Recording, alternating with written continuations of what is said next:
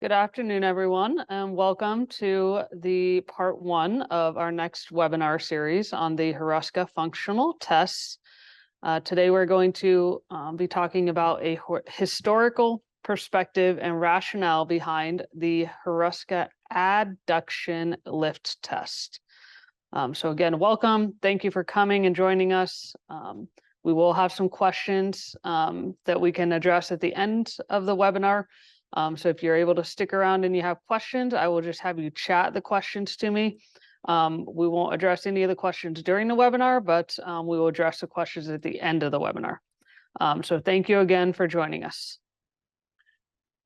Jen, thank you. And amen to that. We both appreciate your presence. And I know there will be a number of people, Jen, over the next who knows how many months or years this is available on the website, that are going to look at this, listen to this with a different material between their ears. Some of us are PTs, some of us are athletic trainers, some of us are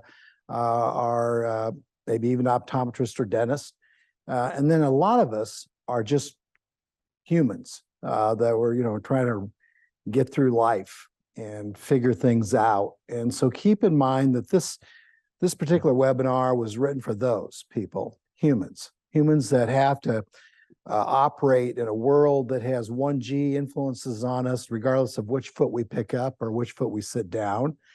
And, maybe put everything aside for a minute.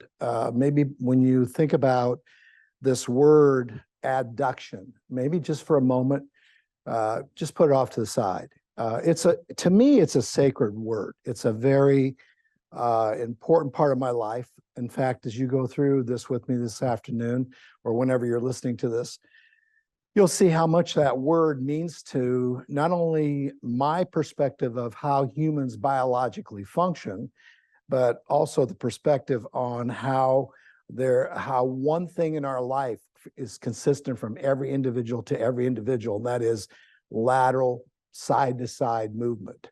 And hopefully by the end of this discussion, you'll realize that you can't escape the reasoning behind your purpose of movement at the hips. You have two of them. It's the midsection of your body. It's the part of your body that regulates your ability to make decisions with your neck, your visual system, your reflexes that go across the neck.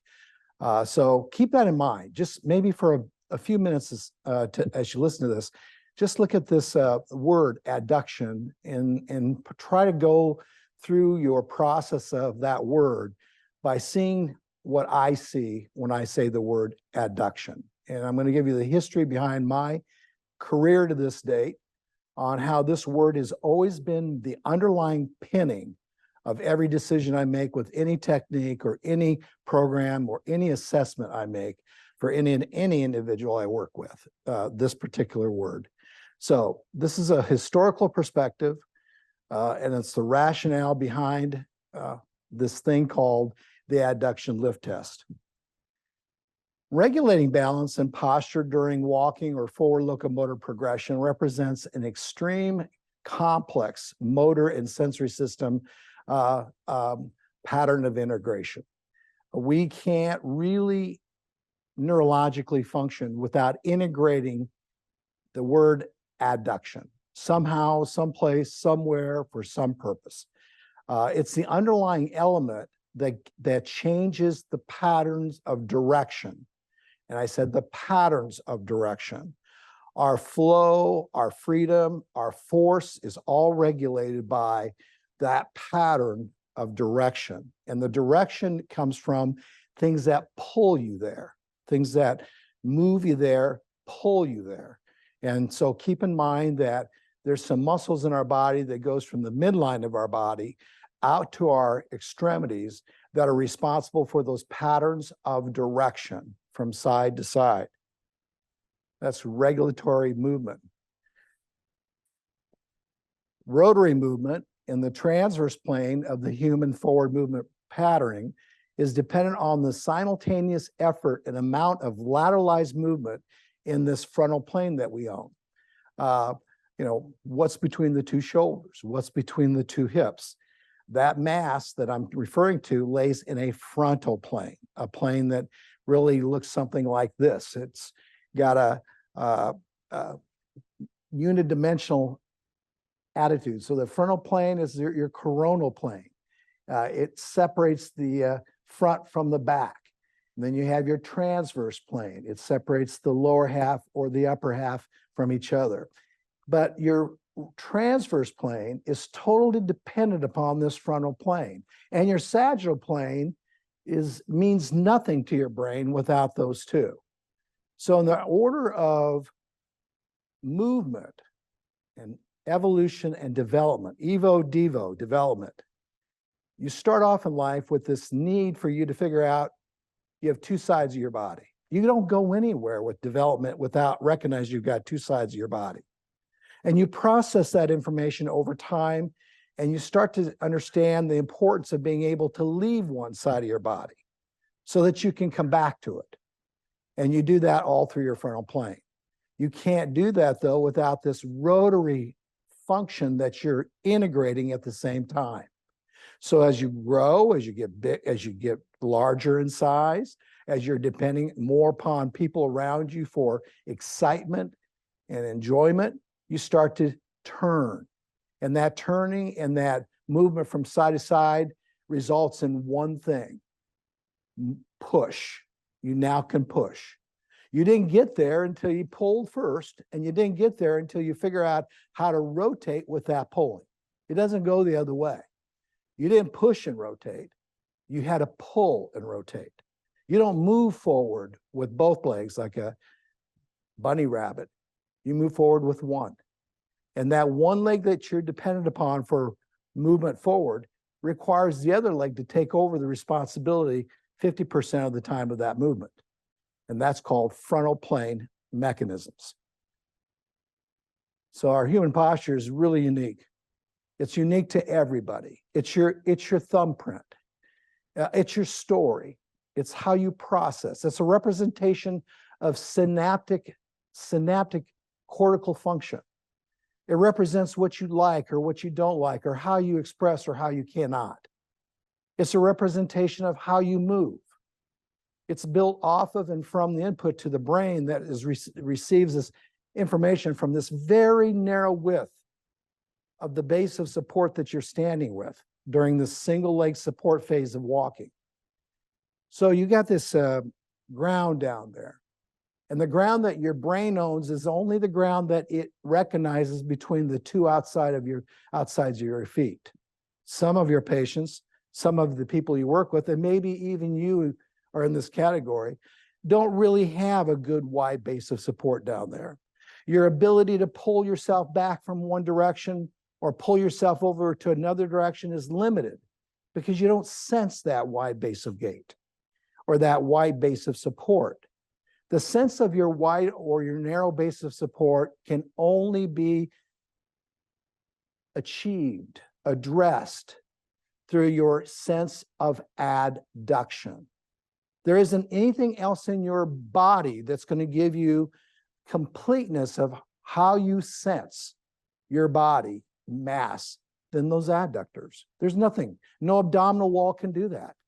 The abdominals are not directly connected to the femur. They're connected to the iliums, the top of the hip. So the adductors and the abdominals are a great team. They're a wonderful team. But the abdominals are only going to do what the adductors want them to do. So I always think to myself, we're really good about talking about, how to grow old healthy, what to eat, how to regulate our posture with our abdominals and our trunk. But the reality is, I've always felt this is why the Institute has these courses called myokinematics. The muscles that go from the inner thigh of your leg up into your hip and your pubic region of your pelvis are so instrumental for the ability for you to sense your complete self for self-regulation of forward control.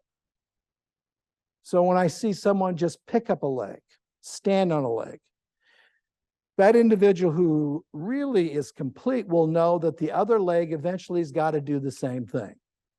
And I've worked, as you're going to find out in this webinar, I've worked with a lot of people who actually were dismembered.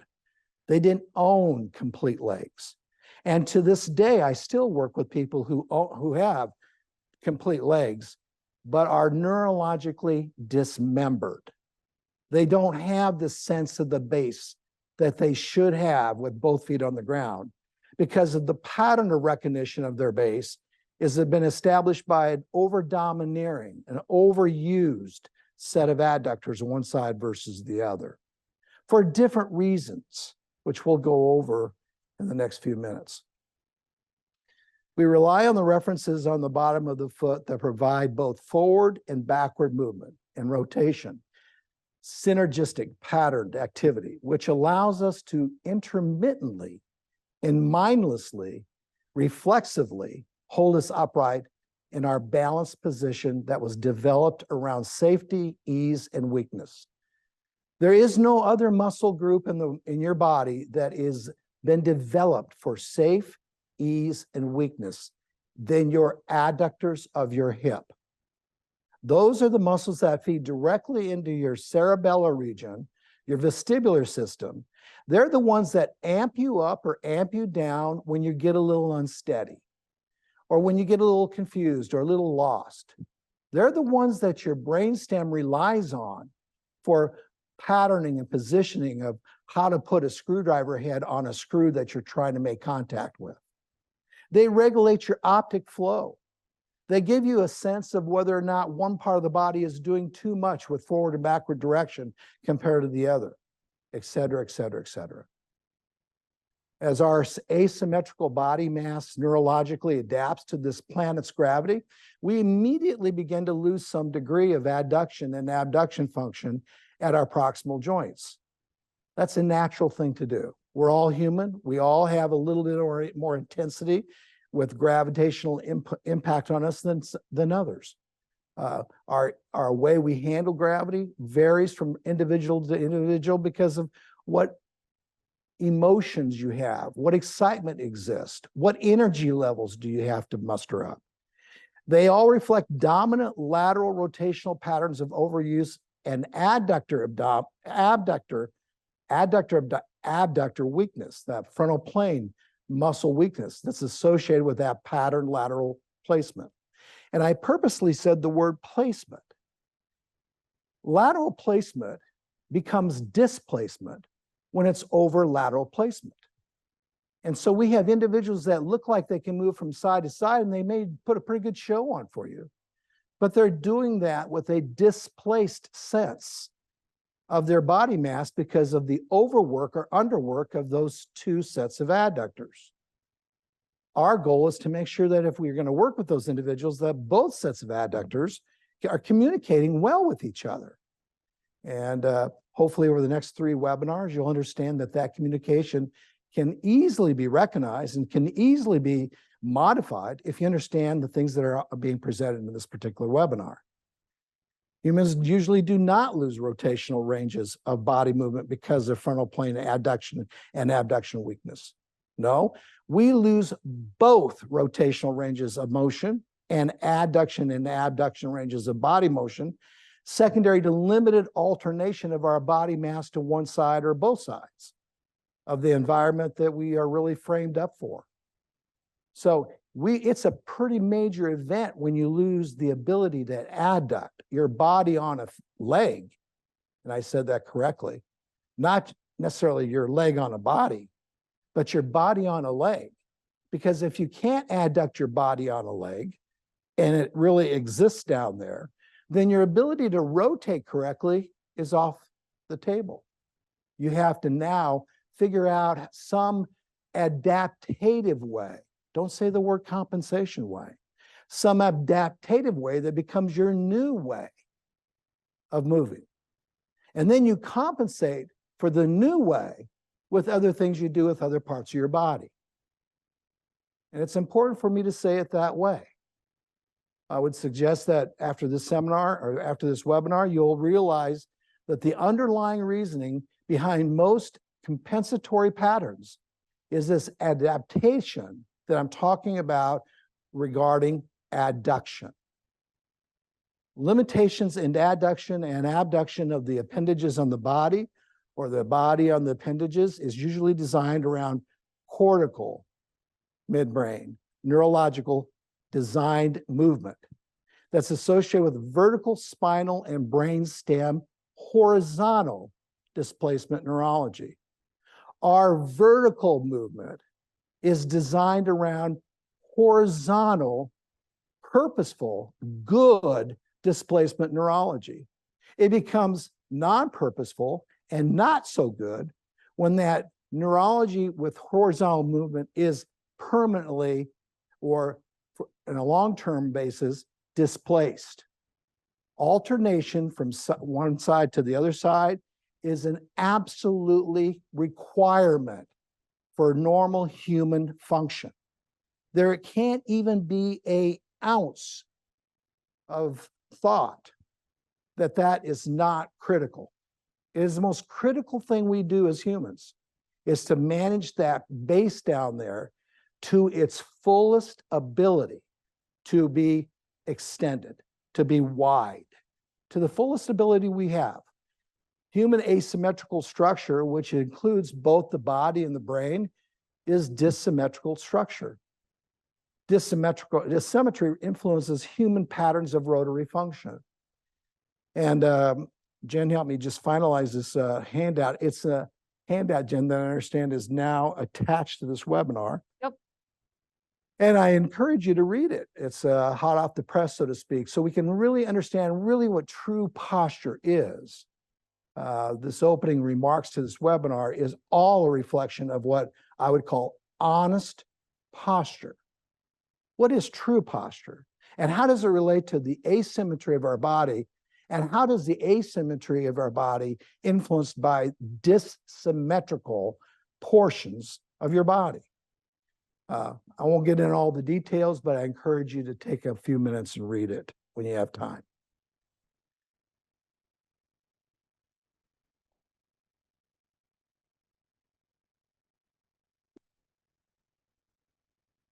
Generalized neurological function or neurologic function built off of this dissymmetrical structure is easier to break down and objectively reduce through frontal plane assessment of hip performance and perception. And I underlined it. That's where I started in my career. Hip performance. I did a research project in PT school on it. The angle of the neck of the femur was a big deal to me when I took my first job. Took it at the VA Medical Center in Omaha, which I'll talk about. And we were one of the first sites in the country that got the first total hip replacement. I worked with the second one in the country. And when the second one came from the Woods VA Medical Center, we put pillows between their legs because no doc wanted that hip to adduct toward the midline for fear that it might come out of the socket with that new artificial hip. And one of the things I'll never forget is how important it was to get people to understand that you can put a pillow there between the legs, but just moving one knee lower or raising one or moving one knee higher would adduct or abduct a hip more so than if you brought the leg to the midline or back out. Adduction and abduction of the hip of your legs, which can create a dissymmetrical sense for your brainstem on a long-term chronic basis, will result in an adaptive process that usually one has to then compensate with the rest of their life. Please read that handout I wrote. And so it was really critical for those patients, even with that pillow between their leg, to really understand the importance of moving one leg down towards the bottom of the bed as the other one went up and back and forth. And those individuals quickly got better, and it ended up that most of the Woods VA hip replacement patients were now coming to Omaha, Nebraska, because their replacements never failed. And that was one thing we implemented largely because of the mentorship that I'm going to also go over with you. I learned early on in my career that if you really want to keep health following a surgical procedure, You do just that. You learn how to adduct and abduct your body on dissymmetry. Because every time you walk on the soil or the ground, your hips on one side are going to be either lower or closer to the ground than the other side. That's an inherent responsibility of your hip, femurs, and your pelvic floor. So a substantial amount of cortical and functional work has to be done in the frontal and transverse planes by that hip before control of the pelvis and the trunk can be achieved, maintained, or challenged during sagittal function. And this is a wonderful article. This kinetic analysis of lower limbs during walking. What information can be gained from a three-dimensional model when you walk? And that article talks about the need for us to, think of this movement in the sagittal plane as being directed more from from frontal and transverse rotational activities. I love this slide, Jen. Thank you for finding it for me in our institute. I put this in the manual. I put this in in front of you today to ask you to look at it. Now, we all can say this is a lady who has curvature of the spine. That would be the easy thing to say. But why does she have curvature of the spine? One of her hips works better in the frontal plane than the other one. And the question for you is, which one is it? Where's her center of mass? What is her brain feeling? What is she doing to keep those shoulders level? How does she modify the floor to do all that? Why is that spine in that position? She has one set of adductors pulling her narrow base really close together on that floor, and one set of adductors that are not. She loves her right floor because she loves her right adductors. Her left adductors are longer. She's dissymmetrical. She has one leg that's a little possibly longer than another, not because she was born with a leg length discrepancy. She has an adductor length discrepancy. And that adductor length discrepancy is a neurologic discrepancy. It's not an orthopedic discrepancy. She doesn't sense the floor under the left leg like she does the right leg. Why are we surprised that she's got a curvature of her spine? Why would that shock anybody? Which one is it? I started off my career by asking my patients early on in life, can you adduct today? And they would all laugh. And I was deadpan serious. Can you really adduct today? I didn't do it because I thought you had an over test that was positive. I did it because if you had a limitation in that adduction, then I know your entire life that day is going to be disrupted with alternation. This is a webinar that's going to be talking about in a series addressing the most reproducible assessment of human function as it relates to gravitational force, neurological hemispheric asymmetry, body dissymmetry, which we just got through talking about. With the thoracic diaphragm length, especially on one side, your right side being longer than one on the left. And your sensorium related to that diaphragm through these adductors and these abdominal muscles to spatial and ground awareness. Your adductors are directly communicating with your diaphragms. When one diaphragm is short and one diaphragm is long, your respiratory system immediately knows it. We see curvatures of the spine, but you realize you've got curvatures inside your body that are definitely reflecting those adductor length discrepancies that you can't even see. You don't even know it. And so it's important for us to remember that the entire respiratory system is a ground-based system. Which leg can you adduct with?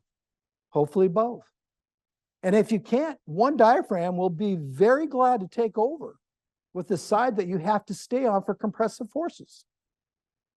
Wherever you have a more restricted set of adduction, or wherever you have a shorter adductor group, you're going to have a lot more compression on that side, all through the body. We just did a privy on this little podcast-like thing on it. Standing more often on the right leg is a result of left brain dominance, period, end of note, nothing else to discuss. Of right-sided function.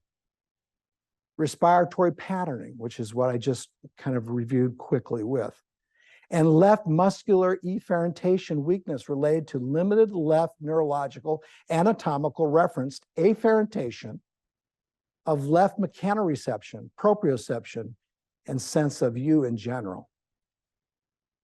The primary goal of the frontal plane control system using both hips is to maintain the center of mass, which within the lateral borders of the base of the support that you're offered, and provided by the sense of the ground when the feet are directly located below each hip.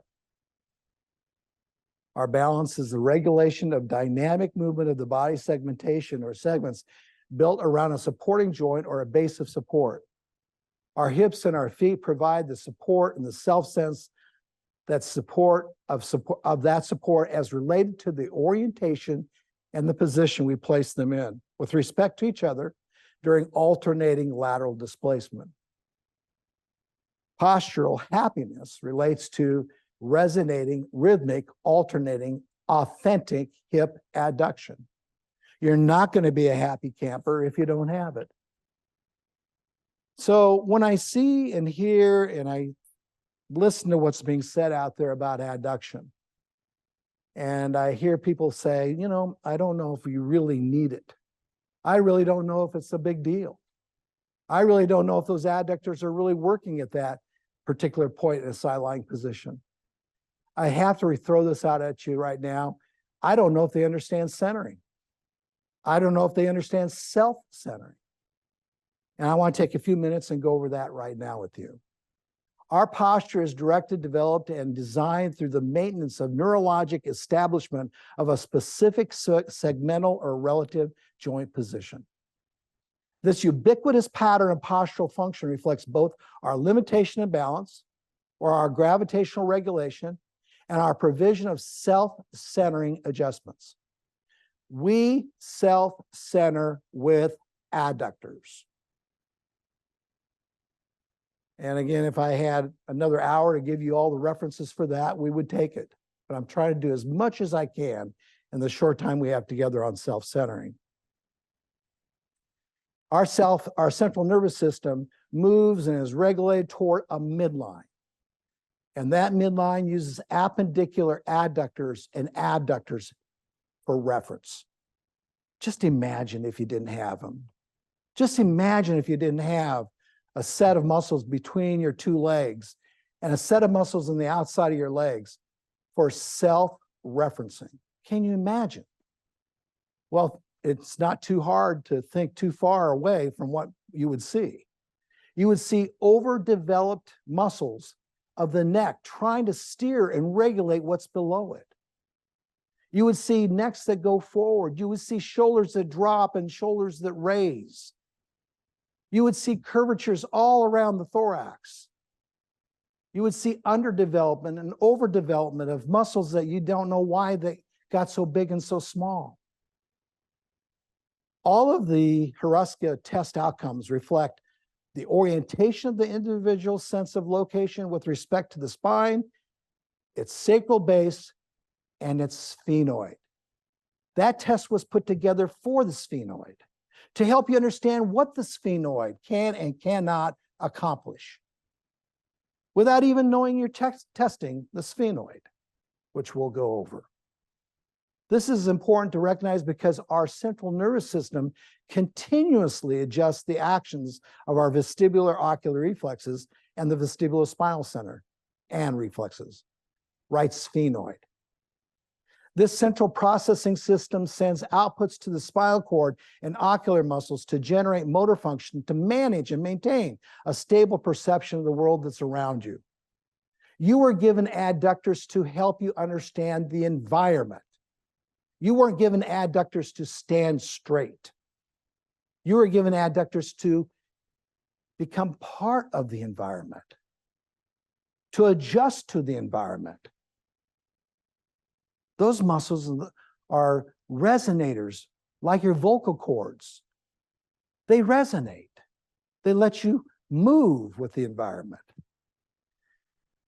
The Hruska test recognizes the integrated bias associated with our peripheral sense and motor control regulation through recognition of the proprioceptive sense associated with the sphenoid, occipital, sphenoid, ocular, and sacral ilium activity. The brain likes to know what's going on below it. And the brain can't make decisions without that information on what you're doing with your sacrum. And the sacrum is regulated by a muscle group that goes from one inner knee to the other inner knee. And the muscle groups that goes from one inner knee to the other inner knee are called the adductors. These muscles pull you. They don't push you. They pull you. They pull you from one side to the other. They make you a human. They lateralize you so you can participate with the environment.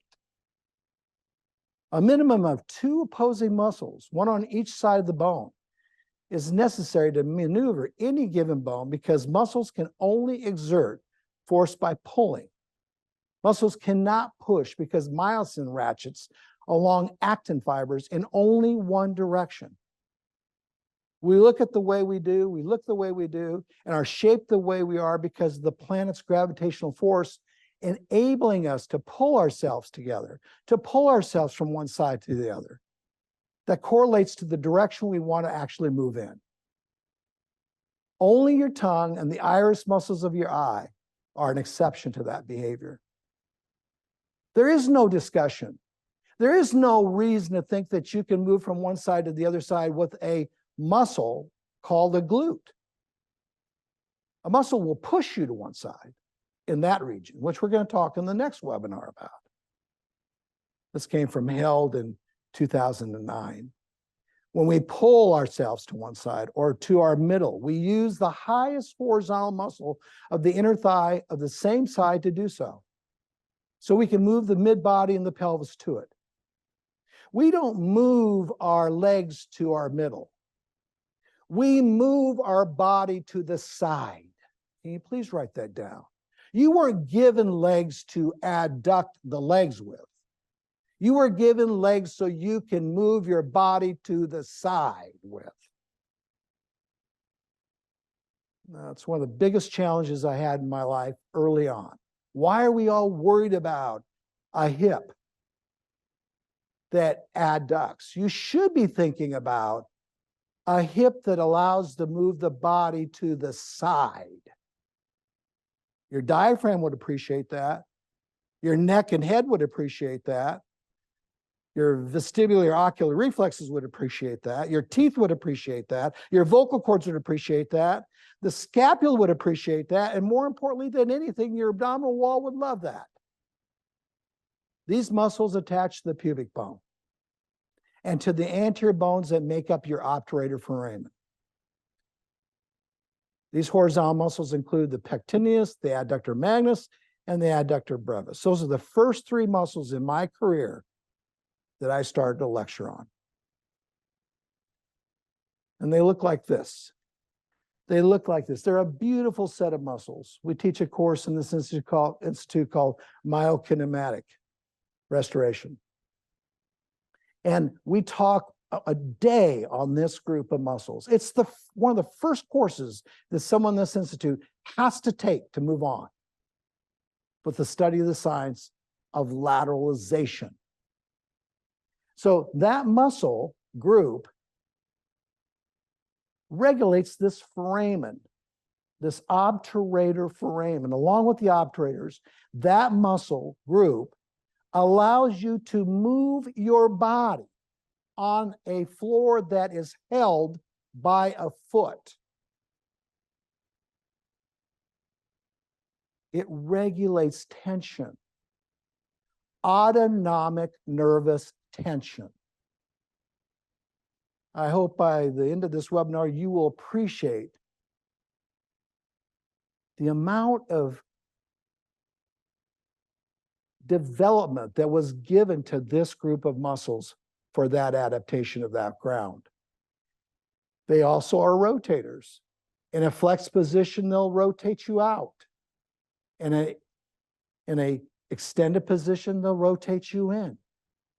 Along with its hamstring counterparts, it'll help you rotate a femur in. It'll help reposition you every time you push off. Through the pull of an adductor, through the pull of a hamstring that pulls your pube to the knee, not the knee to the pube. We structurally function using our adductors for everything we do in life. That wasn't a slip, by the way, and I realized this, Jen, is going on the website. I said everything. Through the use of this acute proximal hip angulation and adduction pulling to stabilize the body on either the floor or the chair that we sit on. Just as we usually structurally function through the use of obtuse proximal angulation and abduction, next webinar,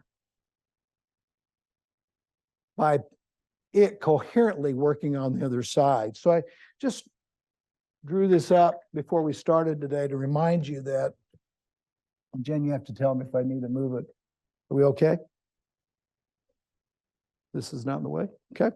So stick figure with the midline, 2 legs, a pube, a hip on both sides. When we moved to one direction, that acute angulation that regulates your resonation is provided by adductors.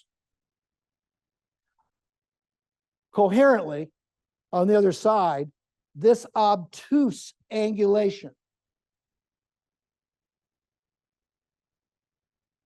is working with it in an integrated way for controlled abduction on the other side. This obtuse information to this group of muscles does not occur without that acute proximation occurring first.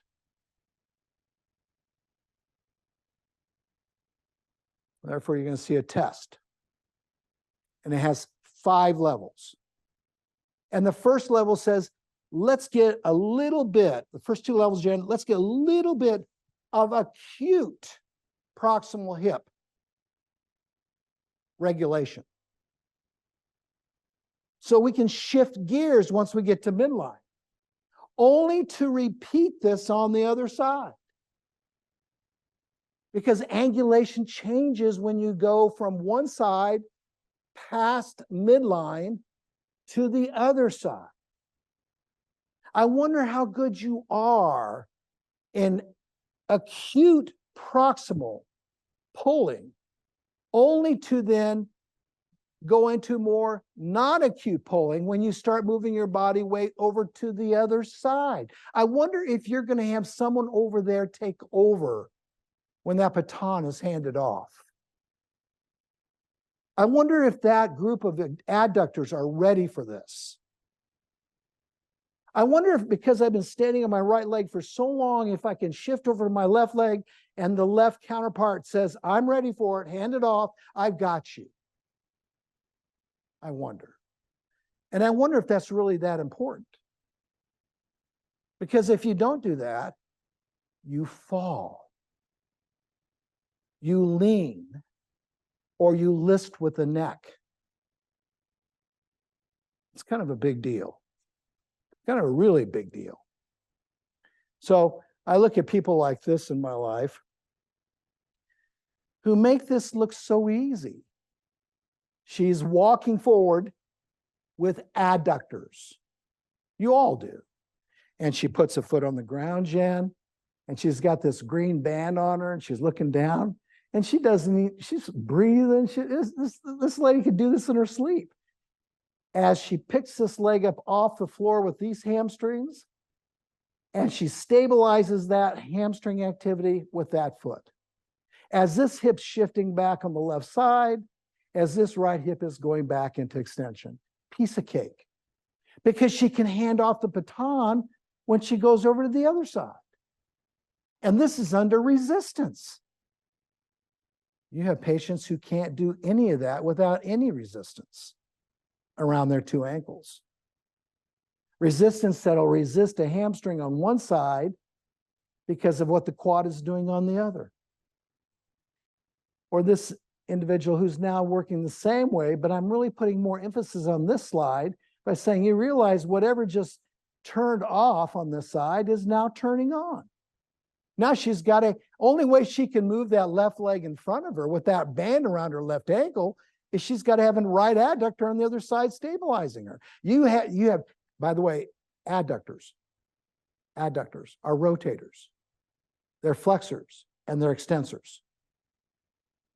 Let me see if I did this right. They're triplanar. Your abdominal wall can't even do that.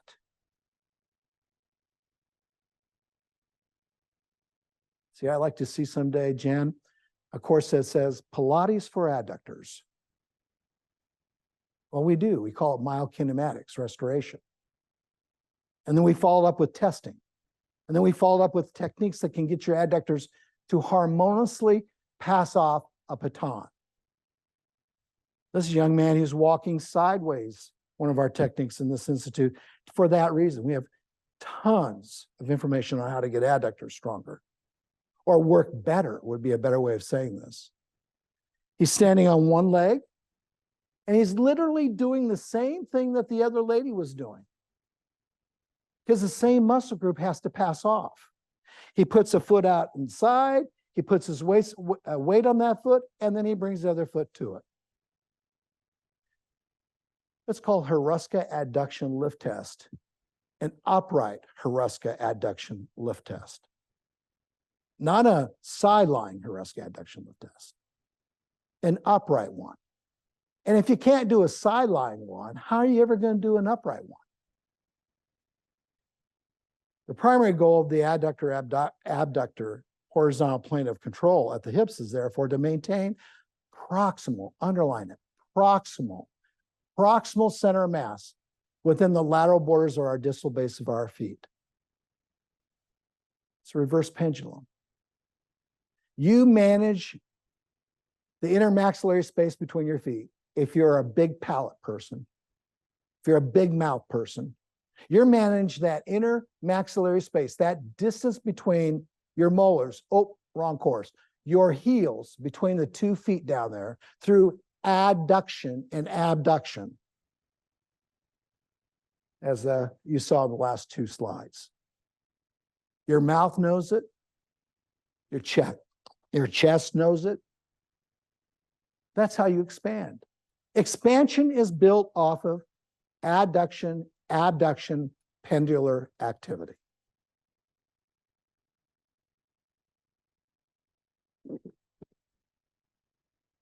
Pretty passionate about it. This control of the mass that lies between the 2 outside feet borders requires a large internal abduction moment of pull from the hip stabilizers of the pelvis. However, stabilization of the pelvis and the thorax begins with timely pull from the proximal hip adductors.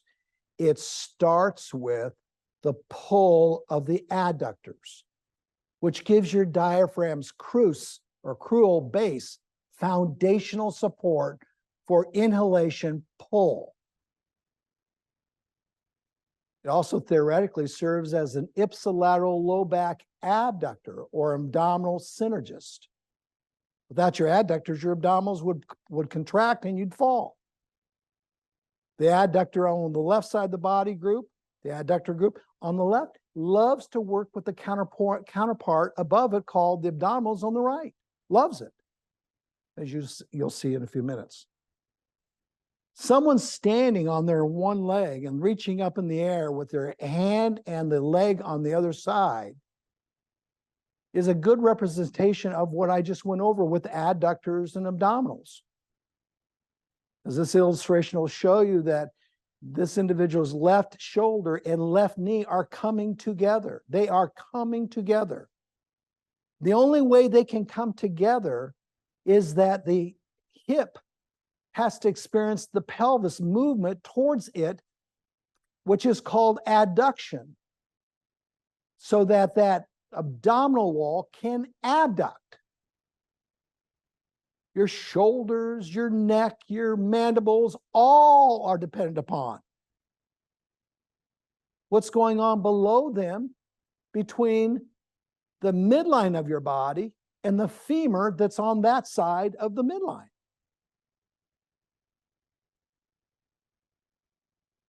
These kinds of programs are not often talked about in basic anatomy kinesiology courses as it relates to all parts of the body. And if there's one muscle that's integrated with all parts of movements of the body, it's the adductors. The best repositioning muscle, i.e. a hamstring, is part of that adductor group. But the muscle that integrates this is called myokinematic restoration. Taking a muscle called an adductor, putting it in its correct position so it can work correctly within a range to only hand off the baton to the other side on the next step you take. Your hip abdominals work with the hip adductors, and the hip adductors work with the hip abdominals. Now, please don't get confused. Abdominals attach to your hip bones. Maybe that's all you'll get out of this webinar. Abdominals attach to your hip bones. Abdominals are hip bones. Adductors are hip bones. This is why we ask someone to raise the lower knee and ankle as they internally rotate and lift their knee to midline using their proximal horizontal adductors early on in this test. That's a grade 2. And Jen, if I'm right, I think I'm right, you've also included the Hruska adduction lift test in this as a handout, correct? Attached. So I realize there's a lot of you listening today who have no idea what the Hruska adduction lift test even says. But you have it attached to this webinar. You can go look at the 5 different grades as we talk today. I realize I'm talking to a vast array of people out there. I don't mean to insult anybody's intelligence, and I don't even mean to talk over your head or under your head. But I think it's important for all of us to appreciate the reason we're here today is to emphasize the importance of preserving your ability to shift your bodies with different levels of activities, both in a horizontal and an upright platform with adductors of the hip. A grade or level 2 activities, ipsilateral feed forward activity, preparation for the abdominal activity. Abdominals work when adductors are in the correct position for them to work. One thing I like about webinars, you can go back and listen to what I just said. It doesn't work the other way around. Adductors do not work off abdominal position. Abdominals work off of adductors' state of mindedness. The coactivity that you need can only be gotten whether you're going into an acute angle or leaving it. Can only be gotten by that angulation that we talked about earlier. And that angulation does not begin in the abdominal contents of your body. That's your poop organs. It begins what's below that, where you have no organs. You have freedom. The control of the body mass lateral movement is not the responsibility of the head and the neck. And when the head and neck have to take over for that poor control, we got a dysmorphic set of activities going on now. All measures to keep the head and neck out of the picture should be taken when testing lateral mass movement, regardless if testing takes place in an upright or a sideline position. This haunts me to see things like this. It just haunts me. This individual is regulating this control with that head and neck. It's haunting. We look at things like this in our institute. support the head and the neck. Get the head and neck out of the picture. You can't correctly move yourself in space side to side with a head and neck. But when you see head restriction and neck restriction, you know you are working with an individual who has adduction restriction. And in order for you to do work with that individual, why not get that individual to drop off the knee to adduct with their head and their neck? When you lose sufficient adduction or adductor motor control at this region, the cervical spine, i.e. your neck, will substitute for that control. And it will substitute, Jen, as you said, by going forward. It's hard for me to teach or talk or mentor anybody in life and talk about people who have forward head posture and not talk about hip adductors. That's a lot of bridge to go over, a lot of water. It's a long way. It takes a lot of effort to help people understand that. But what's really, I've learned over the years, what's really understandable, as soon as the individual you're talking to appreciates what an adductor can do for their head and neck, they're on board. It's not a long bridge anymore. It's a short little walk. They just need to be shown. And that leads us into this concept called lateral displacement. This is the path one has to take to move forward when walking. You have to go from side to side with lateral displacement. In our PRI forward locomotor course, we talk about single sinusoidal wave for each lower extremity in the forward locomotor movement cycle. I go from side to side. Motion of the axial segment is toward the side of the support limb, and adduction and abduction of all the limbs in the frontal plane at the proximal joints, especially at the hips and the pelvis, are the greatest at the single lower limb support phase of the gait cycle, where push-off or terminal stance correlates with a contralateral pre-heel strike, where the double lower limb support phase is about to begin. In other words, where both feet are kind of on the ground. I like Jacqueline Perry's work. It's probably because I grew up with her, reading all about it. And so if you go to figure 7.2 in her gait analysis book, you'll see that. Thanks, Jen. And basically it's this. It's just basically sinusoidal curves are everywhere in your work. You put the left foot on the ground, the right one's in the air. And to get the right one on the ground, the left one's got to go in the air. And during that process, your body weight's got to shift. And in order for you to prepare for that next phase of that cycle, you don't do it with abdominals. You don't do it with glutes. You don't do it with your plantar flexors or your feet or your arms or your neck. You only do it with adductors. And in your manual, or I keep saying manual, you have this listed. You know, what I did, I included, we got permission for us to use these. We begin to laterally shift our body with this illustration from side to the side of the foot that's forced up by the floor or the ground that we're on, which allows the floor or the ground to accept our weight. So wherever you see on these illustrations, wherever you see that foot, that's a foot that's on the ground. That's called stance. It's a weight thing. And when you look at that phase of stance, which we will discuss in the Hruska adduction lift test in a horizontal position, it's no different than what's going on in a vertical position. And then when you look at what's going on at this level, you better be able to say the word adduction, as you can come down here and read it. So you got your glutes are on, but you got to have your adductors kicking in. And my vision is so bad, Jan, but adductors kick in. And the next one, you can really see it. Jan, why am I having a tough time finding them when I know they exist? Yeah, I don't see them on there either. Yeah, but anyway, Yeah, those adductors are going to kick. Adductors kick in when the other side of the foot is in the air in the swing phase. It's on the push. It's on the push off, I think, Yep. coming up. But those are hamstrings, what you're reading there. But anyway, this is the sinusoidal curve that we were talking about.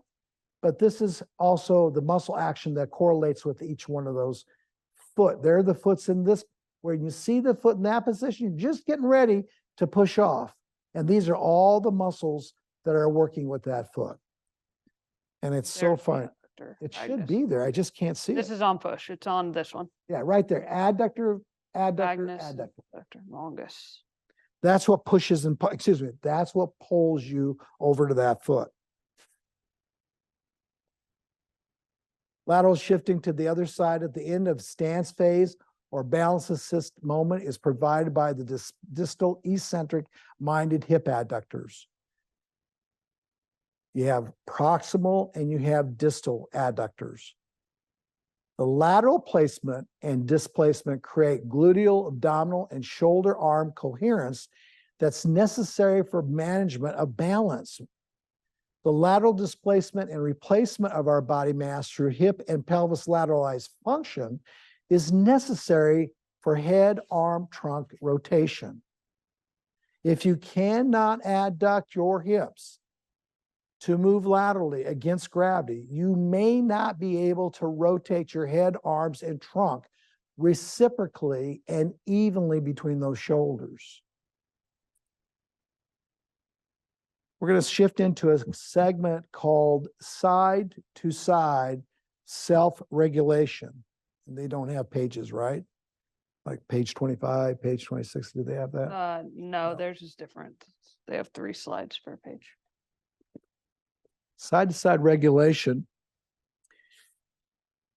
occurs before before we ever take a step forward. We have to respect the consequence of not moving ourselves over one leg to ground and stabilize ourselves so that we could operatively use the transverse plane for advancing ourselves into the sagittal world of discovery. I like how that reads. It kind of goes like this.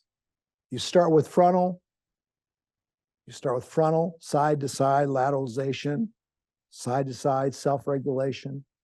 Your brain stem says, okay, now what are you going to do about transverse?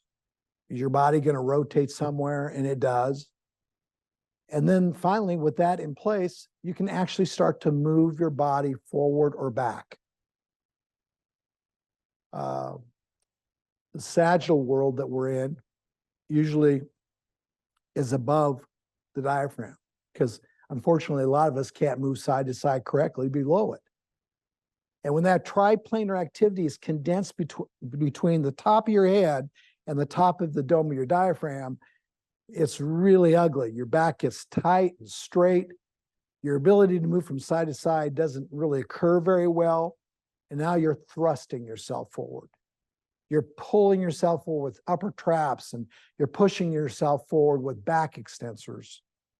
Our brain has to figure out how to activate the eye muscles then to create binocular movement at the exact speed and time to oppose the contralateral direction of our head movement in order to regulate and stabilize our retinal images for discovery of side-to-side environmental function. That's what our brain has to do. It does it very well binocularly when you own 2 adductors and you have 2 adductors that are not in rival with each other. They're communicating very well. Visualization is adductor actualization. When adductors are actually working together, your visual processing is so much easier. But when your brain has to figure out how to use your visual system to overcome your limitation in side-to-side self-regulation, you start to use extraocular muscles to assist with that lateralization demand. Can you adduct? Can you adduct before the optometrist gives you your prescription? Can you adduct before the orthodontist says, I'm through with your braces and your Invisaligns?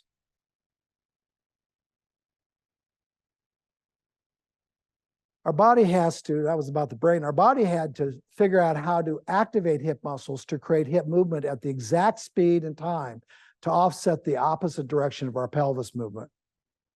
So we could recognize when and how to stabilize our ground and the reaction that it provides for support. That's your body. Your body is physically managed by adductor operation, physically. So when the adductor is physically being asked to work, you have to shift. When they both work at the same time, you aren't shifting. Your regulation is all done by upper head neck.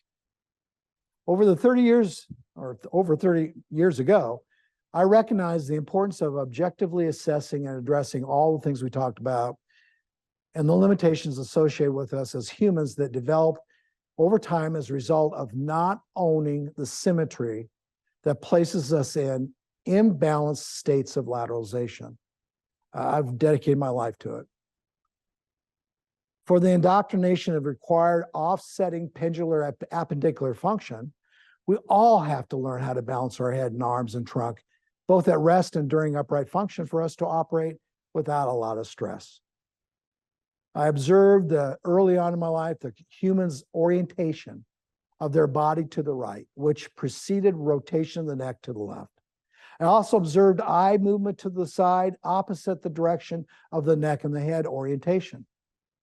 The lower neck and the base of the head on these patients and people I loved and my family members and on the general public appeared to be oriented to the right, and the head and its orbits were directed usually to the left. The cervical ocular reflex is a reflexive eye response that's elicited by rotation of the neck. The commonly seen patterned rotation of the head and the neck, along with the corresponding adaptation of vestibular ocular reflexes and the vestibulospinal reflex influence of associated bias motor control, reinforces this pattern of lateralization self-sense that I saw others center their gravity over to, which was usually to the right. Kelders, 2003. Finding a way to demonstrate this sense of axial longitudinal bias dissymmetry requires one to compare the frontal and rotational limitation of one side to the other side when tested in a horizontal position. When was this test first introduced? The Hruska adduction lift test was first introduced in the myokinematic restoration course in July of 2002. However, the reasoning and design methodology behind the test began in the summer of 1978 and 79, where I worked as a physical therapy aide at the Omaha Veterans Administration Medical Center in Omaha, Nebraska. In 1981, I worked full-time as a physical therapist directly out of PT school at the Omaha VA Medical Center. I wanted to work under the mentorship of an individual who I found and was blessed to be around as an aide, as a PTA before I got into PT school, after I left the dental program, who had 30 years of experience working with people who had both upper extremity and lower extremity amputations, cardiac rehabilitation needs, and CVAs, and a myriad of other neurological and vascular issues. George Blanton understood the necessity for hip adduction and abduction simply because he worked with amputees who depended on every hip adductor and abductor muscle fiber they owned. That's George in the background. It's the only picture I could find of him. And when I came and I worked the first week I got to the VA, George got a service pin for 30 years. And I was so happy I could get to his, the party they had for him. He's no longer on this earth, but I am so indebted to this man. In those next 5 years, I learned how to prepare the dismembered body for locomotor function with the integrative assistance of 2 or 3 other extremity sense and support systems. George never had a complete body to work with. They either had strokes, they had diabetic, issues with sense, or they were amputees. And I learned more about his world in the world where people don't have strokes, have all their extremities, and have no problem with sensing, or excuse me, feeling anybody touch their appendages. He convinced me that the rehabilitation does not begin with the missing limb. It's missing limb remaining anatomy. It begins with the lateral control of the body mass, of whatever's left on a dismembered body. That primarily needed to occur through the integration of abdominals and hip adductors. Integration of abdominals and hip abductors. And integration of the remaining hip, shoulder, adductors, and abductors. George's life was dedicated to the frontal human. And I dedicate this webinar series to this guy. And I know he's listening. Toughening up the end of an anatomical stump was not the primary issue. That was my job. I'd wrap stumps. I'd help with wound care. But over that course of time, I learned the importance of strengthening the proximal section of the end of the stump with contralateral extremity stability and control. Contralateral extremity stability and control was the primary concern of any dismembered human being. It wasn't the leg that was partially there.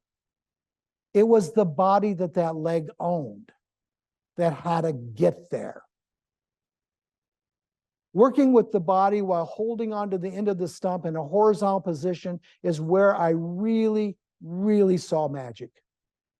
It's where this test came from. I'm honored by it. And I really resent anyone changing the reasoning for it. So when we look at parallel bars, and we'll look at mats that you put people on, that's for the body to learn how to adduct with anything that you have left. Things like prone lying, side lying, activities that you see in front of you. These directly came from those programs that I worked with. You soon realize the importance of proximal versus distal adductor activity. The level of amputation had a dramatic effect on the outcomes of lateral displacement capabilities when donning a temporary prosthesis. You're working with people that have their legs, that have their arms, but don't know how to use them because of the body they own. The body's ability to use those adductors hasn't woken up, hasn't been shown how to dome an artificial extremity. The patients who had hemipelvectomy or hip disarticulation, which unfortunately were quite a few, were very limited using a prosthesis. And they would be on those mats along with those CVA patients who had a stroke and were slobbering and couldn't talk. And they'd say, you know what, I'd take your world any day because you can adduct. They would give up their speech and their swallowing, and they would give it all up if they could just get their leg back so they could adduct. Because the limited ability to adduct their pelvis or hip on their prosthesis was a major factor. And I learned quickly, when a man is sitting there saying to the man that's laying next to him, I would slobber, I would stop speaking, I would put an IV in if I had to for food, just to allow me to adduct. You know, you don't leave a program like that not being changed. So am I passionate? Of course I am. I started an institute, and one of the first courses that I gave was called Adduction. The level of that amputation, Jen, the level of that amputation had everything to do with the level of ability to move from side to side. We have 5 in the Hruska adduction lift test. And all 5 reflect what is it you're using, distal or proximal.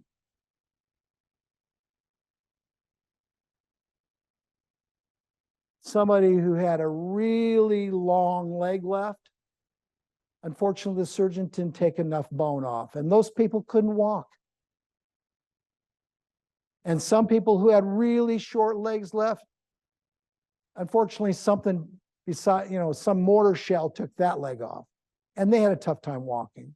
But someone that had just a little medium-sized leg, they were walking better than the people that had both with their prosthesis, because they had their adductor magnus, their bicep femoris. See, I don't take these muscles lightly. They are the same people that kept their opposing contralateral abdominals. So early on in my life, I realized the importance of the things we talked about earlier in this webinar: proximal versus distal, levels of movement past midline or not. They were not limited in accepting or wearing or holding the prosthesis in place. They were limited because of the amount of adductor or abductor muscle that they lost.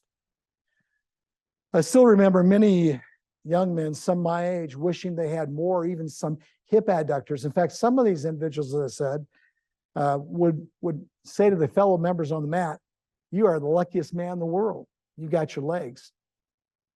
And then there were some that were still questioning, how can I replace that? How can I get that? And they learned quickly that whatever they had left, even on the other side, how to use momentum to swing themselves from side to side. These individuals and their necks and their mandibular elevators and respiratory mechanics were all compensating. That's where it all started in this institute. People, before they lost their legs, were fine with their diaphragmatic activity, their emphysema, their COPD. As soon as they lost an extremity, they were not fine with all the respiratory activity. Quickly alerted me about the importance of something I had an interest in called teeth, jaw bones, necks. It literally changed me, and it literally changed me forever, because these roles the adductors play affect many different disciplines in a human's life. In the next 14 years, I worked as a director and a clinician of a hospital outpatient physical therapy clinic, where I had the wonderful opportunity to work with patients who had temporal mandibular joint dysfunction, neck problems, and curvatures of the spine. One of the most important underlying things I took from the VA that I learned about these patients was that they usually had accompanying forward heads. Most of them had some degree of overflexion of the spine at T1 and heads and upper necks that projected too far forward. They would have backs that were too extended, necks that were too extended, low torsos that were too extended, heads that were too far forward. Countless thoracolumbar spinal or lumbar sacral braces were put on some of these patients because of the physicians I was working with. Some of them I put on because of the lack of ability to get them out of this, way before PRI even came along. I learned immediately their abdominal adduction and abdominal abduction function improved because of the repositioning that the orthosis provided of their pelvises and hips regions. Those braces taught me the benefit of getting somebody in a position to find their adductors. I also learned that the more one could move laterally with the sense of the floor below them and the sense of the space above them, those orthoses would literally fall off. They look like that. They would literally fall off. Their bodies would regenerate a position where you couldn't even keep the brace on anymore. But the thing that made them better was the role the adductors played. They never went back into this brace. They never had to go back in it once they figured out the value of shifting from side to side. See, these are the things that made me who I am. Ribs had to stay down. Thoraxes had to be rounded in the back. Pelvises had to be neutral so you could move one side of your mass over to the leg you're standing on, only to go back to the other. This is not a good thing to put on somebody. If you have to, you have to. But it's a good thing that was introduced to me on what took it off the body, literally took it off the body. Use of adductors and abdominals. I still have notes that I've kept. It reinforced my need to feel and be mindful and use the inside thigh of the muscles. This was written back in 2000. Adductors, sideline hip lifts, sideline leg pulls, back in 2000, 23 years ago. Illustrations I would draw freehanded. We didn't have a computer. We didn't have things that we could put it on a tablet. Standing people upright on one leg, which we're going to talk about right at the very end of this webinar, and getting them to understand how to pull a leg in on either side. And you manage that leg by not the leg's movement, by what this block is doing with that body that owns that leg. Early on in my career, 1999. Why was it introduced? To determine an objective level of midline, to lateral neurological strength, sense, and stability, with VOR, COR, and vestibulospinal reflexes in mind. Prior to selecting an upright gravitational double or single leg stance technique, you have to know what your patient's capable or not capable of doing with adductors before you can assign or address upright techniques. Frontal plane balance is difficult considering the narrow width of the base of support during the single support phase of forward locomotor movement. It was therefore a test that I felt I could put together, I could identify. For me, control of the center of mass trajectory, which was so limited in some cases prior to addressing upright forward locomotor motor control deficiencies. For me, it was important. Why would I expect something out of a patient when I know objectively in that horizontal state, they don't have control of them. Adductors are one of the few muscles of the body that will either internally rotate or externally rotate you or an extremity. In this case, the femur or the hip, depending on what position the femur or the hip is placed in during the adduction moment. This is why testing their external rotation initial activity followed by internal rotation activity keeps their appropriate rotation in check. And I would suggest that paragraph, that sentence, you circle. Because there's no abdominal wall that will internalize your body. Rotate your body toward the midline for internal rotation called pronation during mid-stance, better than an adductor. Therefore, this is an obligatory test. And I realize, Jan and I, when we go through this with you this next few minutes, that for those who don't or are not familiar with the testing or the wording of the testing, you take it out and you follow this webinar series material by referring back to the test so you can see where some of this wording actually comes from. So I'll be moving around grades and levels, and I know this is going to be confusing for some, but hopefully not too confusing for others. If internal rotation of the femur on the right side doesn't precede grade 3 of a left Hruska adduction lift test, the ability to lift the right lower hip off the table, which is a grade 4 or higher, would not occur correctly because of the inability to allow the hip translation to the left with this acetabular femoral internal rotation that I just discussed on the left. In other words, right femoral acetabular internal rotation, grade 2, precedes left acetabular femoral internal rotation and vice versa. Grade 2, internal rotation.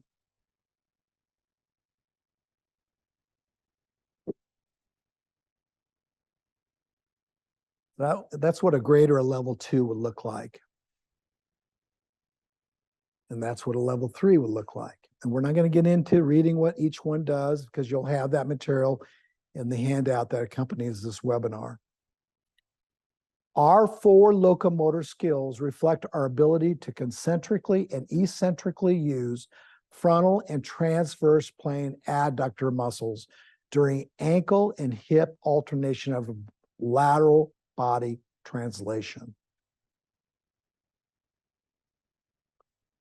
Did I? How did I get there?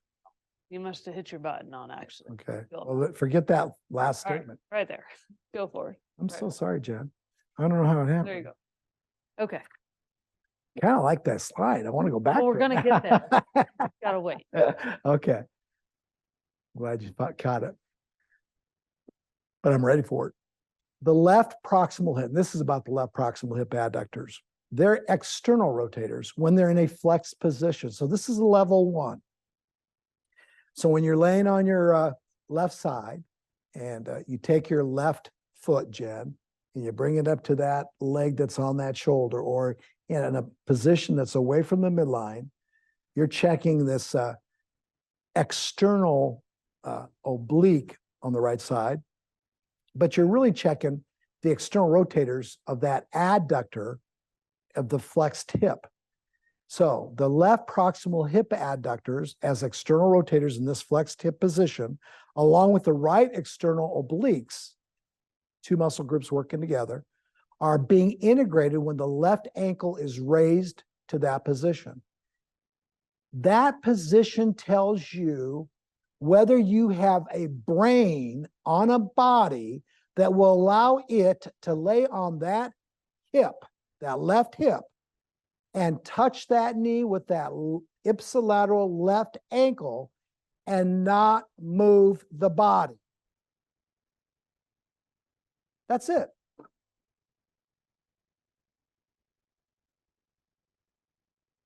The flexed hip position reflects kinetic function at the swing phase of forward locomotion, where adduction has to occur during internal rotation of that femur in the swing phase, regardless of which side that's being tested.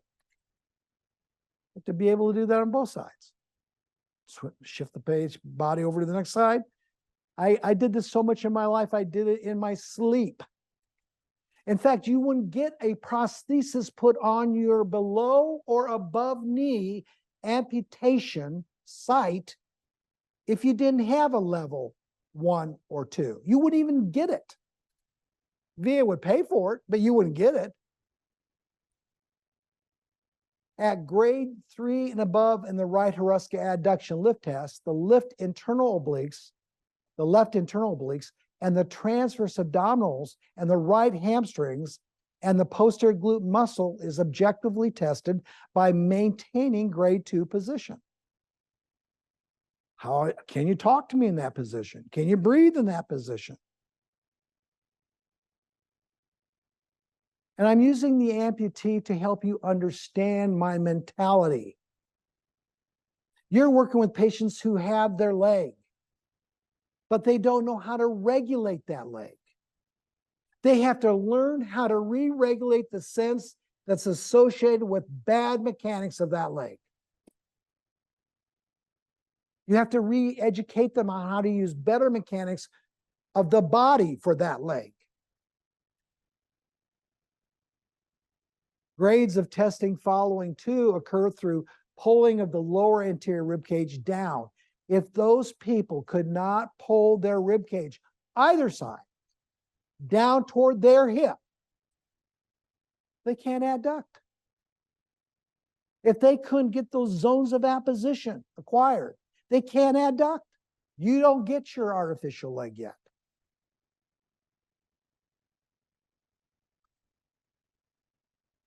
I hesitate to go on. I just want you to think about that. You don't have permission to stand up and start walking with PRI single leg stance activities yet.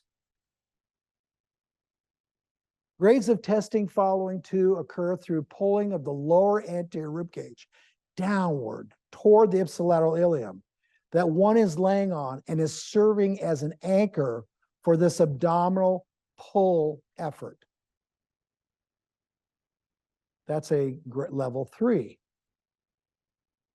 A grade 3 or level 3 is the transitional or neutral stage. You're about to cross midline. You're about to hand the baton off to another side.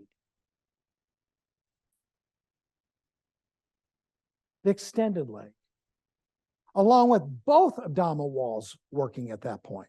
They both have to be working. Lateral abdominals on the side one is laying on are secured positionally by the contralateral hip adductors and the glute extensors and the ipsilateral glute abductors. And I didn't say they're working to lift you, they're stabilizing and securing you. Other people's interpretation of what's going on needs to be reinforced by research. And if you give Jacqueline Perry's work, this is reinforced. This is reinforcing that research. The adductors of the extended leg when in or at level 4s and 5s are adducting through integration effort with the opposite abdominals, while the center of mass is now shifting to the side of the extended hip and knee, all against gravity. This reflects the ability to swing the leg in hip flexion with the extended legs adductors, which is done in walking. This is a gait test. It's an objective gait test. It's a forward locomotor movement test without the head moving forward test. It's a body test. It's not a leg test. It's a frontal plane transverse and then sagittal plane test. It's a test that says you can get on one leg eventually. Jen, I hope I'm in the right place. Eventually, you can get on one leg because you passed this objective finding. You can bring the other leg now forward and back freely without losing control of the owner that owns the leg that you're moving forward and back with. This is a body test. This is not a leg test.